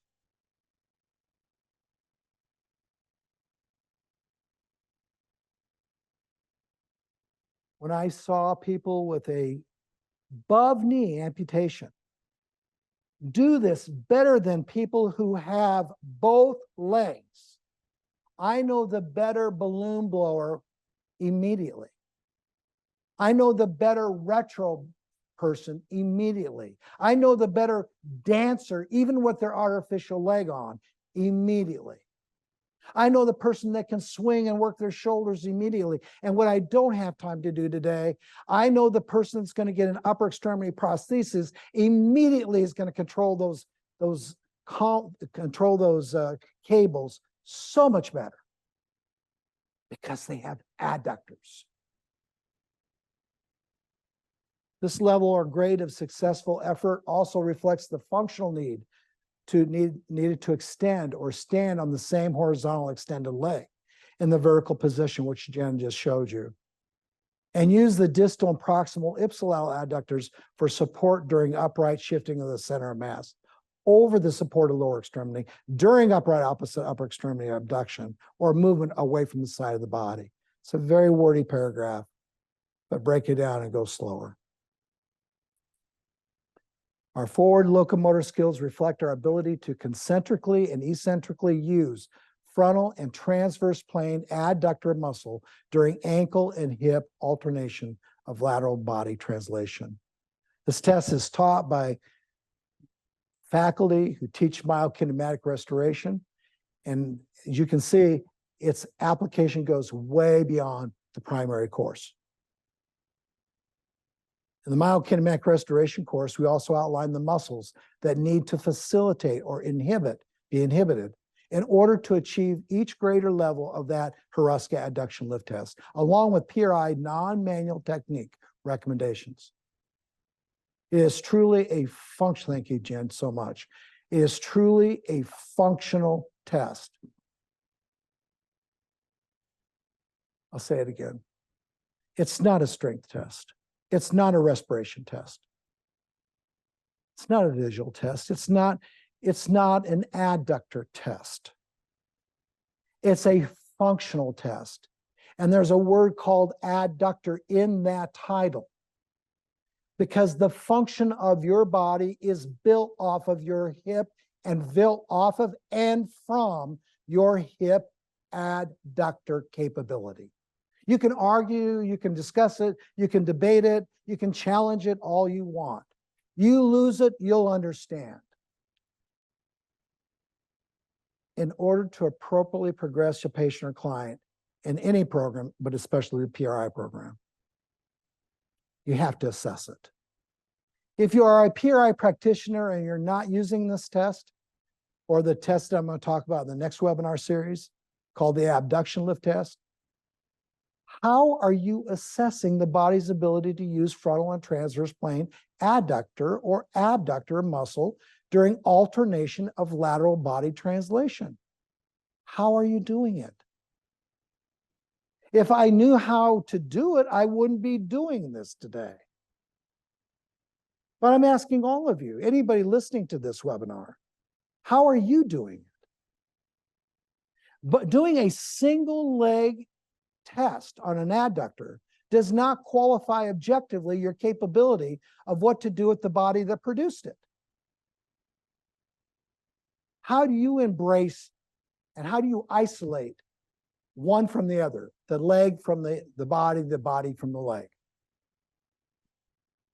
What typical and common muscle patterns of weakness are associated with sideline testing of hip shift against gravity? These are questions I'm asking the listener. Patterns of concomitant hip adductor and hip extensor fragmentation. This test assures that at some point, grade 3, inability reflects weaknesses of femoral acetabular stabilizers on the extended extremity, including the short head of the bicep femoris and adductor magnus. There will be enough acknowledgement of strength from both hip adductors and hamstrings for appropriate extensor muscle sequencing during stance phase. Adductors work with hamstrings, usually.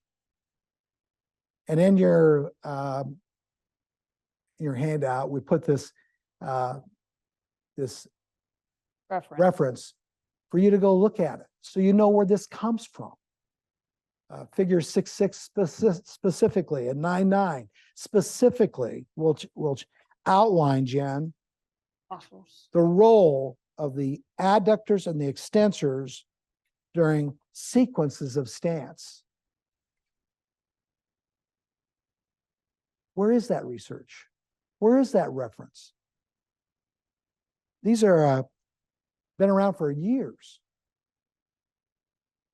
When adduction of either leg is not complemented through coactivity of the glutes, hamstrings, or obturators, as outlined in the different levels of the test grading criteria of the test, the ability to perform a desired level of activity will be related to the control of the obturator foramen, the coexistence of the bicep femoris extensor function at the ischium, and the strength of the position of the anterior glute medius and minimus muscle.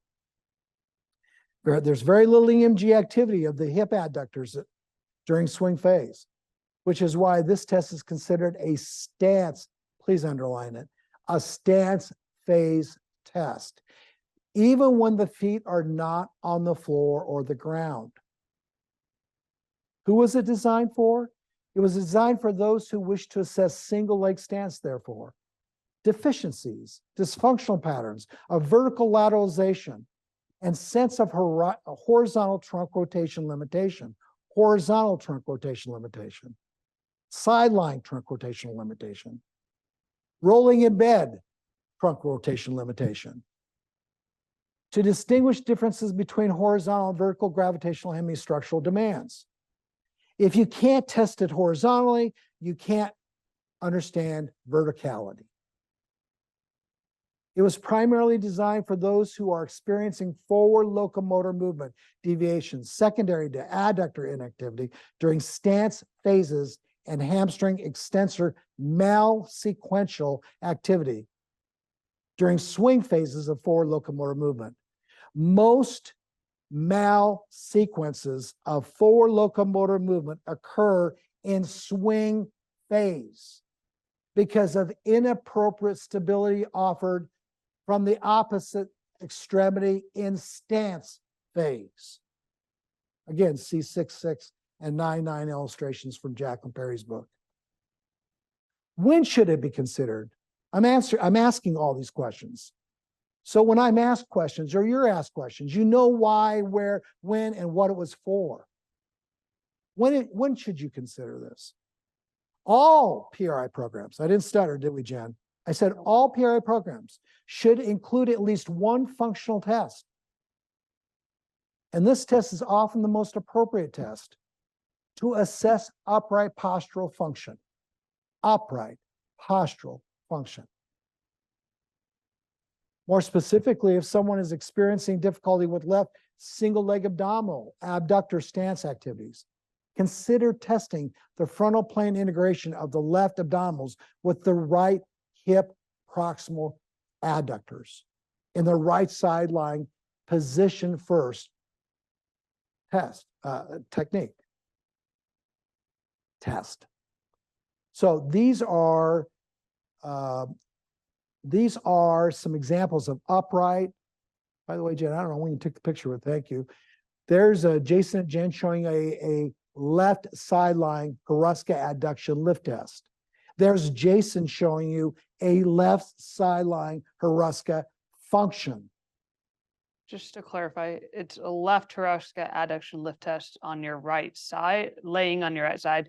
You keep saying left sideline Hruska adduction lift test. I didn't mean that. But you're in right sideline, but it's called a left Hruska adduction lift test. And I don't believe because what he said a couple slides ago, it's a stance phase test, which is why it's named for the side that you're in stance phase, which is the left side in this position. So left Hruska adduction lift test. Thank you for clarifying that. I don't think we talked about the test is named for the side that's in the air. Not specifically, no, but you did reference that it is a stance test. And on the handout of the Hruska adduction lift test, at the top of that page, it does say that it's named for the side of the leg that's on the shoulder, the top leg. So these just an upright, this is a vertical and horizontal demonstration. This will help to determine if the right adductors and obturator muscles are capable of stabilizing the right femur when it comes to off the floor when the patient stands. Next, check the ability to raise the right hip or lower hip off the table slightly. This will help determine if the left adductor and short head of the bicep femoris and the right external obliques can raise the right hip above the patient's right shoulder.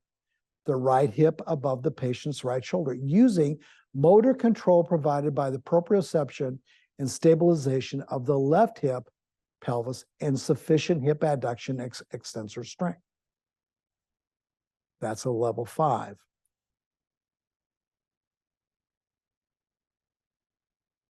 I don't believe you have this in your notes or in my notes, so I'm going to say it right here when I see this. As a caregiver, as a human working with humans, I don't get an opportunity to see lots of level 5s. And when I hear people say, oh, that's a level, I got a patient with level 5, I question many of those. I just pray, I hope that I'm humble enough to recognize that I will be grateful for a level 3 any day of the week. I hope they can go to a grade or level 4, and my goal is to get them to do it efficiently. But I question those that are saying they can easily go to a level 5. I question that. And my purpose today is not to go over right, Jen, how to do the test. But for those who do level 5 work, I'm questioning, why are they in my clinic? Period. Now I'm questioning the dentist, the person that referred the patient, the optometrist, the orthopedic doctor, or anybody else that made that referral. I'm wondering why they're in my clinic. Because you're going to quickly find out those who cannot perform a level 5, and you find out how they are compensating or substituting to get to a level 5, will address that issue, and now they're back to a level 2. And it's not just how you position the patient with the patient's leg on your shoulder or yourself to the patient. It's what they're doing with other compressive forces. one, big one, please write it down. People get level 5s very good with subglottal pressure. Hold their breath will give you a level 5. But if they can talk to you, they're back down to a level 2. This is not a course for PTs. I'm just saying level 5s in this position should be on people who walk with beautiful translation, and they can stop on one leg and do single leg stance on that left leg like no other, which is at the very end of this discussion. So I'm just throwing that out for some of you in the room that are PTs. Keep in mind, the same patient may also have a limited ability to raise the left hip off the mat, a grade 4, when laying on the right side. That should actually be left side. Yeah, I don't know why it says right side. I said it twice. Yeah, should be left side. That's what I and then thought. It should be right Hruska adduction lift test, but laying on the left side. The wording is correct, but it should be left side, laying on the left side. The right hip adductors and the short head of the bicep may not be as much of an issue on this side, level 2, as the strength and proprioception of the left internal obliques. The question is, are the obliques the problem, or are the adductors the problem? The same issue seen on the left side with grades 1 through 3 may also exist. And oftentimes these patients, Jen, as we talked about earlier today, are usually in a bilateral extended pattern. Their ability to shift their body, period, is limited because neither one of their adductors are in the right neutral pelvic position to work. Our need to keep our arms and our hands by our side often relates to this overactivity of the ipsilateral hip adductors and underactivity of the contralateral abdominals. This is why so many of our patients walk with poor complete arm swing on one side, usually the right side. Keep in mind that we are only discussing the historical perspective in this webinar and the rationale behind this test as it relates to alternation of lateral slide and glide of the center mass during forward movement of your body. I will be reviewing the role of the Hruska abduction lift test and the Hruska alternating reciprocal rotation test in the upcoming webinars in this series. Finally, which upright PRI technique in standing could address lateral limitations of the center of mass as expressed by the Hruska adduction lift test? So these are just some things to think about and reflect on when it comes to that question. And I want to know which page I'm on, if you don't mind me. 60? 60, yeah. Very good. So standing on one leg, could you underline it as we wrap this up?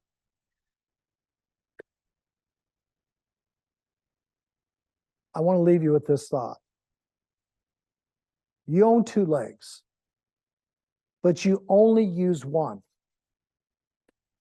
To do things in life, you do one thing with one leg. You don't do The same thing with two legs, ever.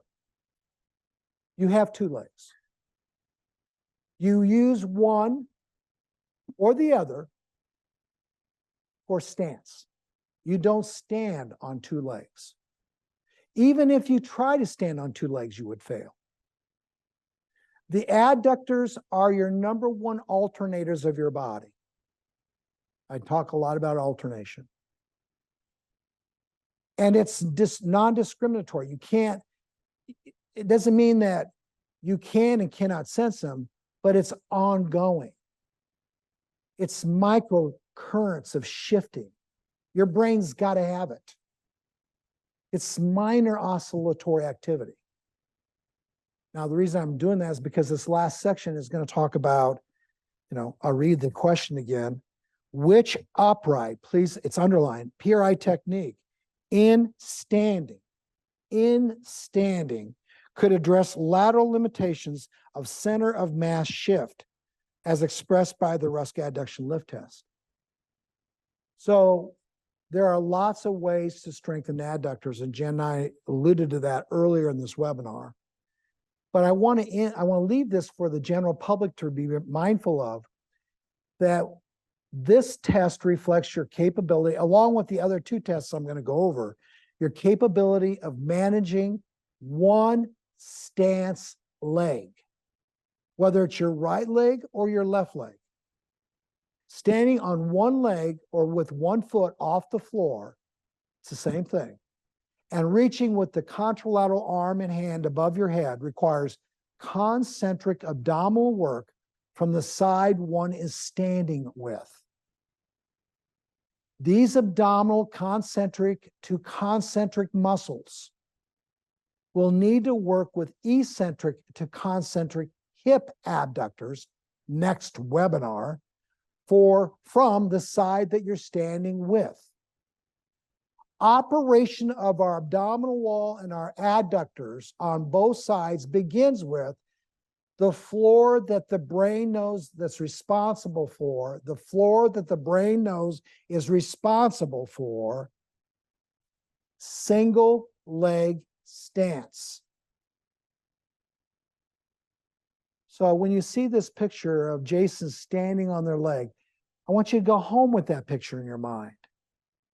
Because the only way that individual could stand on one leg is through this oscillatory adduction and abduction of acute and obtuse angulation to manage the floor that's shifting underneath that foot.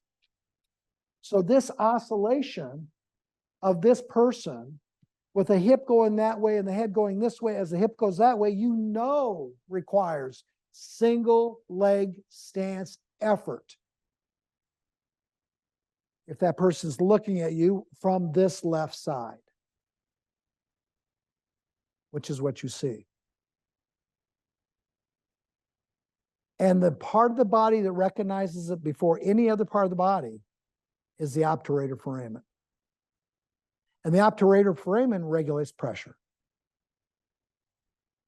Your pressure management is not only mechanoreceptor, but it's proprioceptor, and most importantly, it's receptive because of what's going on actually internally with your underlying pressure of your body. Pressure management comes from single leg stance. Adductors regulate pressure. And if you are one of these people that are dysautonomic, a little bit lost in space, you better go check your adduction lift scores. And I put a question up on the board earlier. How do you check them? I know what I do. If you have dysautonomia, I've got to get you to a 3 on both sides. Otherwise, you can't regulate your center of mass. Centering the body, please underline it, centering. The body over the leg that you're using to stand with or on requires a restricted ground support, a ground that's not moving, a sense of a ground that's under you. And sense on the contralateral side and compression placed on the top of the femur from the ipsilateral ground upward force. Ipsilateral upper quadrant downward force and contralateral lower quadrant horizontal force toward the midline, toward the midline. And right by that, write the word adductor and the second word pull toward the midline is responsible for that entire sentence. Pull toward the midline is a compressive centering discussion. If you don't have the ability to pull toward the midline, you can't stop wearing out an overused hip on the other side.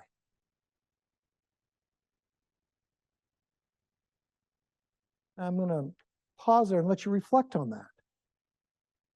Pelvis orientation and pelvis balance in a single leg state of mind and function is the primary recipient of the above muscle co-contraction and concomitant scapular and ilium compression, as outlined above. Reduction of stance, femoral abducted positioning, stance pelvic outlet adduction, stance pelvic inlet abduction, and stance thoracic adduction is therefore then required. These photos and figures show someone standing on their left leg with their right arm and hand in the air. The wording reflects either side to stand on, as long as the corresponding arm and hand are in the air. And these are the techniques that I'm leaving you with. These are not the best strengthening techniques for the adductors. They're not the best strengthening techniques or reformation techniques for the abductors of your hip. They're some of the best centering techniques in this institute. And anytime I say the word centering, you have to think about the series, especially the word adduction.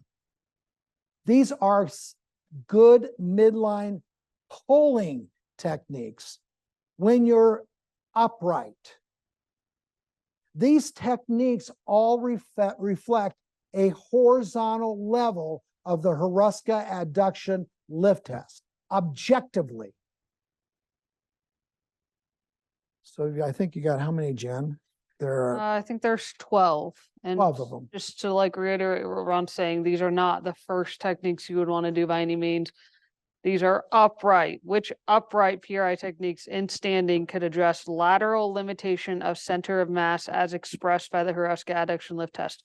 These would be the techniques that would be a goal after you have someone at least a 3 out of 5 on the Hruska adduction lift test.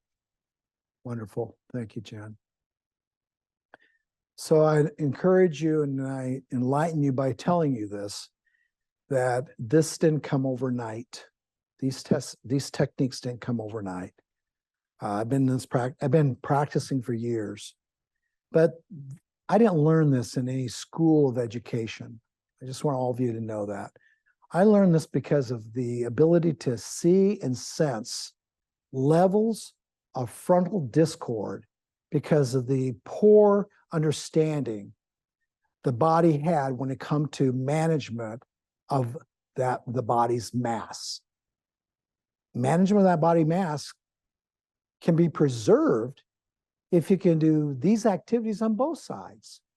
But you're getting snippets of these activities, Jen, primarily done on one side because they're own techniques by the Institute that are helping the general public understand, make sure you can stand and resist movement of an arm in the air on the right side with both feet on the floor. Because if you move your arm on the right side above your head, you will have to shift your body weight over that left foot. You don't have to worry about what you're doing with the floor. You will have to do it. Otherwise, when you go up with your right arm, you will only be side bending as you stay on the right side. The next one, I won't go over them all like this, but the next one's very similar. But this one, the foot's actually now off the floor. You can heel it. Torrance showing you a great way to do some scapular compression, overhead locomotor movement.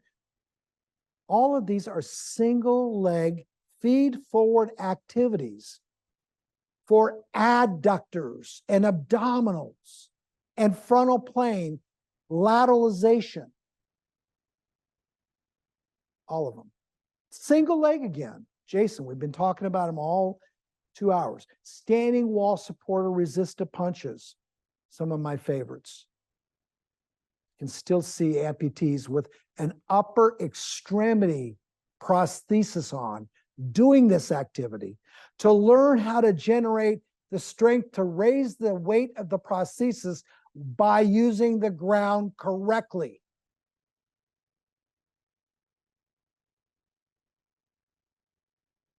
Foam is wonderful. Blocks of wood are wonderful. Any lateral ascension, and any of those are wonderful. And they all come from different courses and different places in this institute. Well, I want to thank you all for listening. And for those who are either in a car or sitting at home and watching it on your iPad, we are honored again to have your presence. And I hope when you get done, you'll say, man, that guy's a passionate speaker. I meant to be today. I meant to be today. This is a personal thing for me. It's an opportunity for you to hear some expression and some concern. This test has my name on it. The next time I give this webinar, you'll see another test with my name on. And the very last one I'm going to give has my name on it. And I want you to understand the history behind it and the people that mentored me and the people that mean a lot to me and the reasoning for it and the referencing and the articles and the work that was put into this. It's a foundation block of this institute. And so I'm honored to have you here. Thank you for giving me the time that you did to listen to these 2 hours. And with that, Jen, I know you always want a few questions, so Sure. I'll take a few. Yeah, take a few questions here. So the first one kind of came early on in the presentation, but I just saved it to now. But Desiree, and looks like she had to leave, so she's not on right now, but I know she'll listen to it, said, what I'm hearing Ron say is that the sagittal plane requires both the frontal and transverse plane to be integrated well with the brain. How does this also relate to us as therapists working on the sagittal plane first before going to the frontal and transverse planes with our treatments? So sagittal plane repositioning before going to frontal and A transverse. sagittal plane Desiree treatment, sagittal plane in this institute is usually centered around, are you neutral? Can you get neutral? And on some of the patients, everything I talked about today, when you get to that level 1 and 2, you aren't going to go further forward with any of it if you don't check that neutrality. This is a functional test. This is not a neutrality test. A neutrality would be, can you adduct? Can you extend your hip? Do you have apical expansion, et cetera, et cetera, et cetera? So it could be used if you go through level 1, 2. It probably, in those cases, could be used as a neutrality type of a test, but it wasn't designed for that. It was designed for a functional test of the frontal plane. A neutrality test would be, can you adduct passively, called the adduction drop test? Can you extend passively through an extension drop test? And if you can't, you know that you have to reposition in the sagittal plane first. You'll have to. Using a hamstring, for example, that's taught in that myokinematic restoration Right, course to right. pull that ischial tuberosity back on that left side. The one thing about this functional test is so wonderful is because in the sideline position, you're being asked to do things at the expense and cost of inhibiting things that prevent you from becoming neutral by doing each one of those levels. So you don't put your feet on the wall, you know, maybe you don't blow up a balloon, but just the activity itself will allow you to resolve, resolute this activity. You know, gain it without doing another repositioning test. But for the most part, you're always going to be safe doing a repositional test first. So the functionality of this outcome of these tests can be observed quickly, readily. It's just a cleaner way if you start off, can they adduct? If they can't adduct, do a repositioning. Regardless if you started, Jen, finally with a repositioning test or not, the outcome's going to be the same because of the way they put this adductor group together with the things that we talked about today, both on the ipsilateral and contralateral side of the abdominal wall, and on the ipsilateral and contralateral side of the hip and hip adductors and hip abductor musculature. So regardless if you start first or not, if you can't get past a 2, I would question whether or not they're really capable of doing it because they can't acquire a what? Neutrality. Neutrality. Really, if they can't get past a 1, Well, because 1. if they can't adduct passively with an adduction drop test, then they can't actively adduct There's at a right- level yep. 2. You may reposition them and they still can't get past a 1. Yep. So anyway, Michael kind of had a very similar question. How does this test relate to the adduction drop test? Michael, I think we just answered that for you. Yeah. The adduction drop test is more of a positional test. Or is someone neutral? This test then takes it to a functional level. If they aren't neutral, they really shouldn't be able to get past a level 1 of the Hruska adduction lift test without compensation. the purpose, one more time, the purpose of this discussion was today to give you a historical overview, to give you the relevance of each level just quickly as it relates to upright centering. That was the purpose of the webinar. We didn't give a webinar on how to get adductors stronger necessarily. We didn't do that. But again, these are all good questions, or whether or not someone's neutral, not neutral. You know, that I just want to remind everybody of that. Jeremiah has a couple questions, but Okay. his first one Okay. said, did Ron ever consider adding any other components to this test later on in his career? No. Or has he never wavered in his confidence in the No, test no. completion? This test, if Jen will tell you, if you look at my first Jeremiah fair question, the answer is definitely not. This is a test that was there in my mind back in early in 79, 1980. And again, because of a person I worked with named George Bland, never wavered on this test. You know, when you have a prosthesis sitting in the corner of a room that's got your name on it, and you can't be put into it because of certain levels of function you've got to have before you can wear it, you'd understand why I would not waver on this test. You'd understand that. Number 2 is there'd be no reason for me to waver.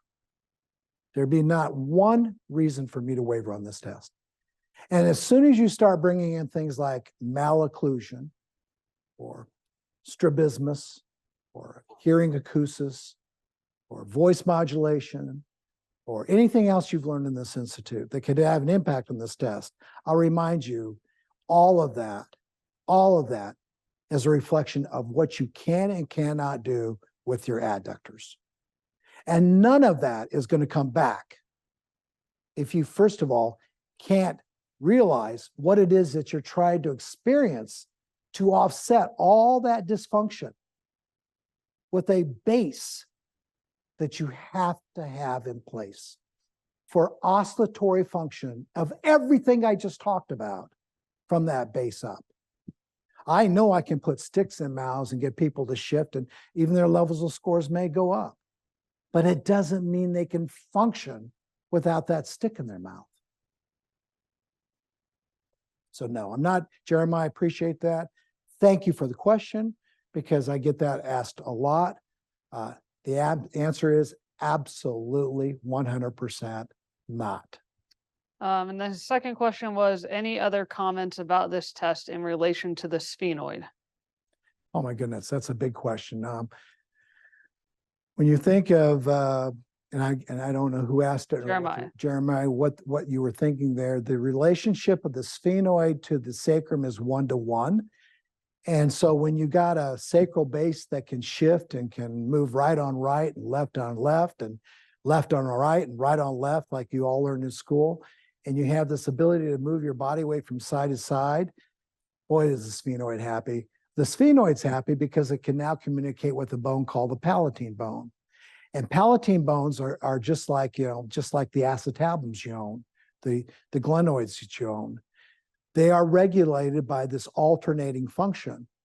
If the sphenoid bone and the palatine bone are stuck because of sphenoid's orientation of where the palatine bones are or the occiput bones are, in order for them to become unstuck or unopposed, I mean, not opposed, but unopposed, free to move, you have to have the support system underneath of them to alleviate that internal stress that you're putting on them for regulation of your body above the floor.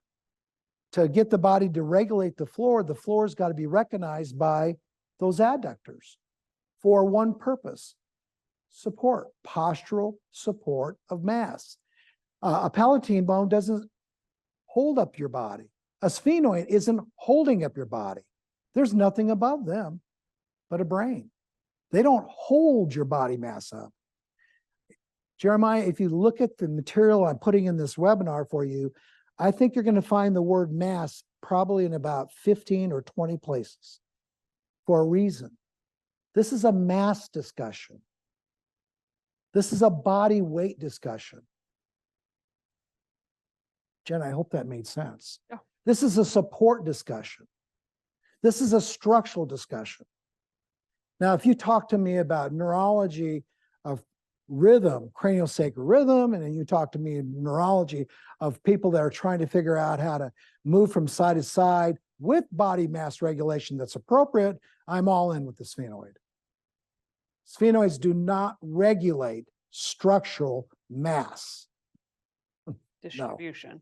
No, they don't regulate the support system. They regulate your ability to freely move with that support system. They should never be locked up by a neck that's bringing your body in a state of extension so you can address sagittalism with a forward head and a narrow airway. That's not what they were meant to be doing. And when they do that, as we said in this webinar, you got the horse now behind the cart, for sure. That was a very good question. Yep. Last question, it looks like Alicia said, if one lacks genuine adduction ability to shift, could that influence their ability to see clearly? And if so, how? It's kind of a loaded question. I'm trying to figure out how to answer it. Can you repeat? So if someone lacks the ability to adduct, genuine adduct ability to shift laterally side to side, could that influence their ability to see clearly? Yes. But man, the answer is yes, it could. But when, where, and why, and on who, man, it's a very difficult question. I couldn't substantiate the reasoning for the yes. And because I'd have to know more about that patient. Yeah. It's like the Jeremiah patient. The degree of the clarity, the degree of the acuity that improves is going to be a reflection of all the other subsystems that are involved with the adaptation that went on because of that inability to shift from side to side. The VORs, adaptations, a lot. It's like Jeremiah. It's like this. A sphenoid bone that you dysregulate, you allow to move, you put a split in the mouth, or you put lens on, or whatever you do, you allow it to work. But if the individual that you put it on now has a neutral body and they don't know how to use that neutral body, you just made that individual a mess, a sincere mess. So there's that objectivity again, throwing things on people without ever regulating function and testing it is a real issue in this country right now. This is a functional test. There are other functional tests we have, but this is a great functional test for determining whether or not you truly have a sphenoid that can stay relaxed and not as a regulatory system. You know, it regulates, I give courses on this, it regulates function, but it doesn't regulate mass. So it's the same answer. Question is, what's regulating that mass? And then Jen, finally, when you're on one leg. Okay. Absolutely. Okay, that's all the questions that I have. Thank you again, everyone, for joining us. I'll post this on line next week, and we look forward to seeing everyone part 2 of this webinar series on Friday, November 10th, again at 1 o'clock Central Time. So have a great weekend. It's great to see you all.